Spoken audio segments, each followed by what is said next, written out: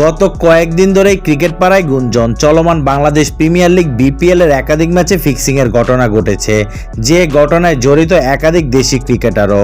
এসবের মধ্যে শনিবার সকালে দেশের শীর্ষ গণমাধ্যমের খবরে বিসিবি সূত্রের বরাত দিয়ে বলা হয়, ফিক্সিং এর অভিযোগ থাকা এনামুল হক বিজয়ের দেশ থেকে নিষেধাজ্ঞা দেওয়া হয়েছে। সন্ধ্যায় এক বিবৃতিতে বিজয়ের দেশ থেকে নিষেধাজ্ঞার খবরটিকে ভিত্তিহীন বলেছে বাংলাদেশ ক্রিকেট বোর্ড বিসিবি। সেখানে আরও বলা হয়েছে, দুর্নীতি বিরোধী জিরো টলারেন্স নীতিতে অটল বোর্ড, তাই এমন কোনো কর্মকাণ্ড ঘটলে সব ধরনের ব্যবস্থা নেবে তারা। বিসিবি বিবৃতিতে জানিয়েছে, বাংলাদেশ ক্রিকেট বোর্ড উদ্বেগের সঙ্গে লক্ষ্য করছে যে সম্প্রতি গণমাধ্যমের প্রতিবেদনে উল্লেখ করা হয়েছে যে চলমান বাংলাদেশ প্রিমিয়ার লিগ টি-20 দুর্বার রাজশাহী দলের সদস্য ক্রিকেটার এনামুল হক বিজয়কে সংশ্লিষ্ট কর্তৃপক্ষ আইনগত বিষয়ে, বিশেষ করে দুর্নীতি বিরোধী বিধি সম্পর্কিত বিষয়ের কারণে দেশের বাইরে ভ্রমণ বা দেশ ছাড়ার উপরে নিষেধাজ্ঞার সম্মুখীন করেছে।